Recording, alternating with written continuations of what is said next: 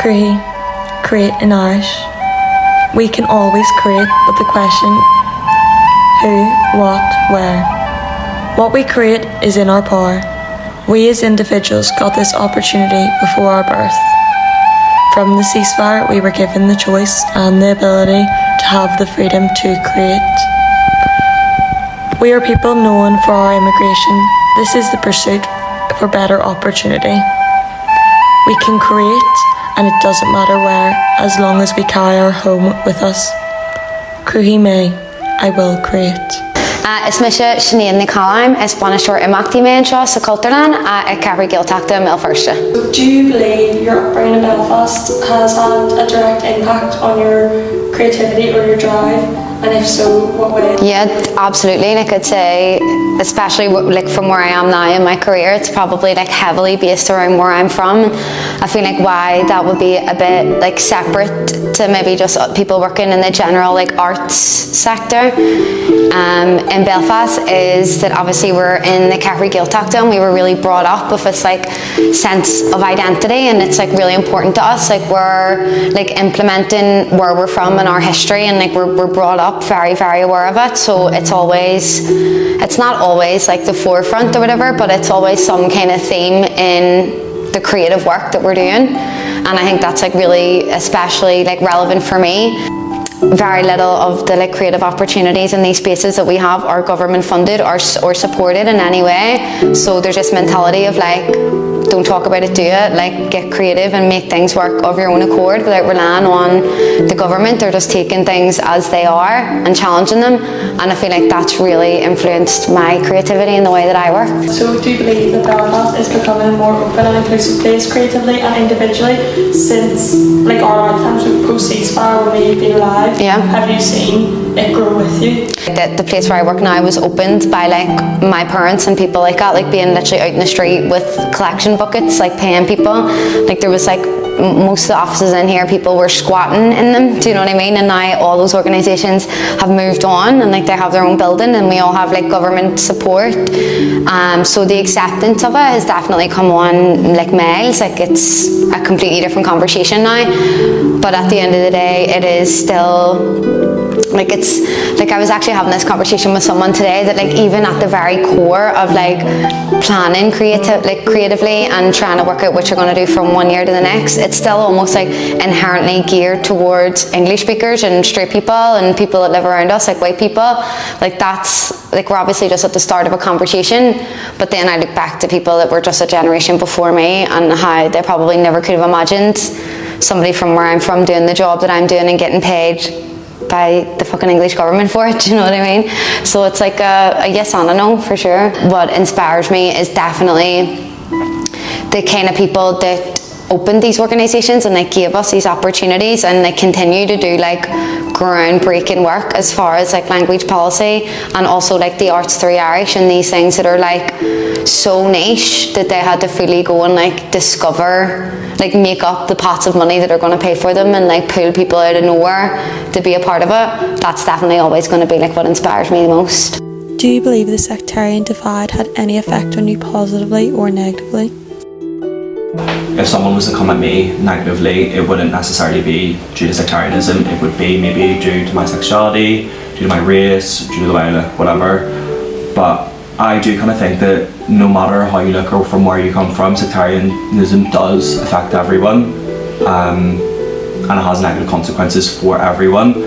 That kind of helps us because it does inspire people. Like I think we kind of come from somewhere, like a place where we're very inclined to put ourselves down, like, oh, where we Ireland, where we Belfast, like, oh, I'm just from this wee part of Belfast. Like we really put ourselves down, but we do have like a global impact on the world now, like whether we acknowledge it or not. Like we are, like, you know, you are just worth more than, you know, whatever happened to your country years and years ago, and is sort of still happening now. But have you found being from Belfast has presented you with ample opportunities, or have you encountered limitations? People want to help you and give you opportunities, so I find that like we're a really friendly part of the world, and so that means that people want to share the opportunities when they're there, especially in like the creative field.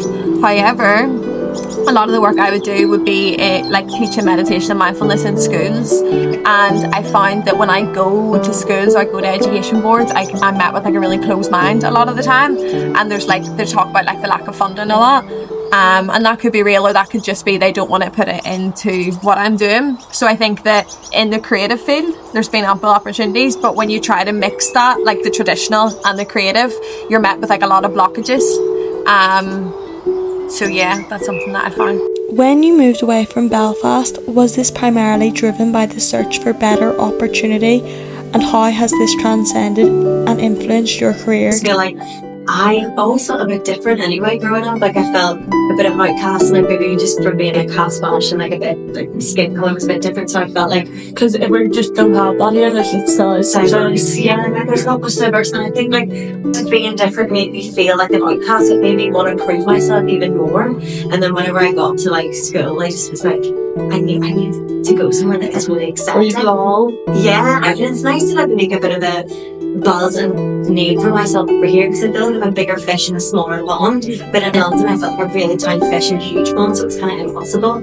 It was so different, and coming back I've realised such a big difference with like upcoming things going on, like everyone's appreciating people doing different things, social media's popping, everyone's obsessed with just growing and like being different, so it's like Belfast is thriving for that now.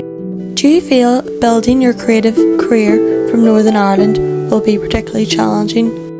Pool of creatives within Northern Ireland feels quite small, or you feel quite isolated from the mainland and all the opportunities that provide for students over there. But in terms of inspiration, I would say there's a lot more, or it feels like we have lots, because we can have our roots in all of the history and all of the kind of the difficult and hardships that came from the Troubles and everything else, and I would say that still influences a lot today, and I found a lot of inspiration there, and we're almost more grateful for where we are now in kind of the creative journey and what is available to us in this very small country. Do you believe your upbringing in Belfast has directly impacted your creative drive? If so, in what way? I think whenever I first started out, it's not that you're like really shown that many examples of people that are actually thriving in a career in photography here. So I think it impacted me in the way I was like, right, well maybe I could carve that for myself. Like, not that I would be like paving a way for everyone. I just meant more for myself. Like, if I maybe stay here for a few years and then go somewhere else, that's kind of always been the goal. I would never like want to actually stay here because there isn't massive opportunity.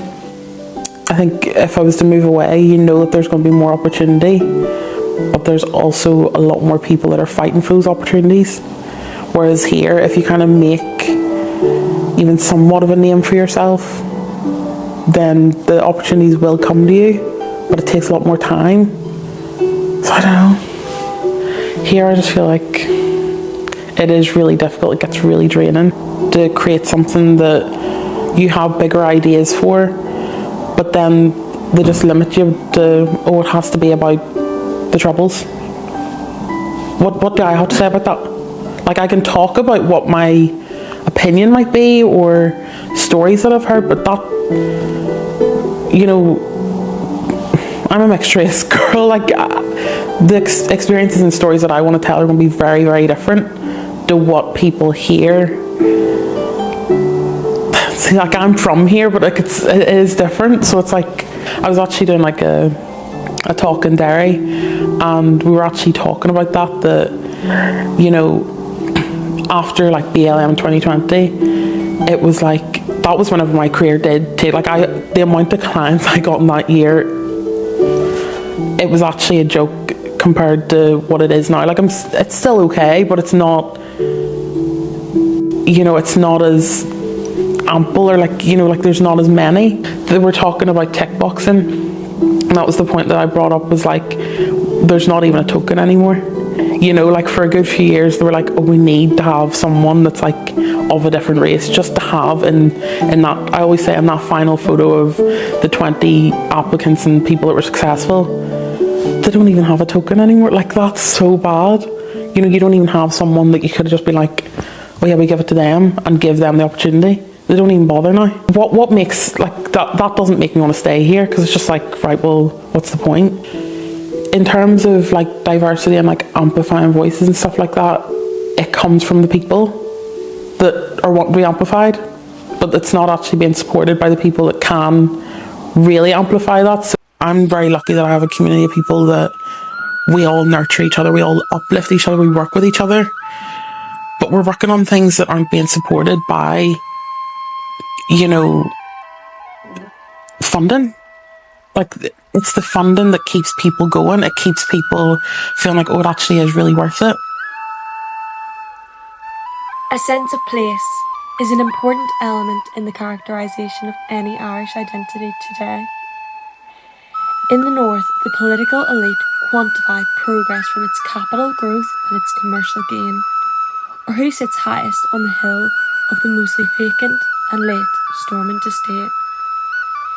This is where old ideas of Ireland have gone to fester and die. The modern Ireland we know builds momentum among the communities of the working class, where new and progressive ideas are given the opportunity to express themselves amongst the same environment that once contained them. In this regard, old spaces and communities with deep roots in the tumultuous history of the North become the site of fresh, regenerative movements which continue to find growth and progress with the cultural and political landscape of modern Ireland. Our generation is defining what the new North of Ireland is becoming.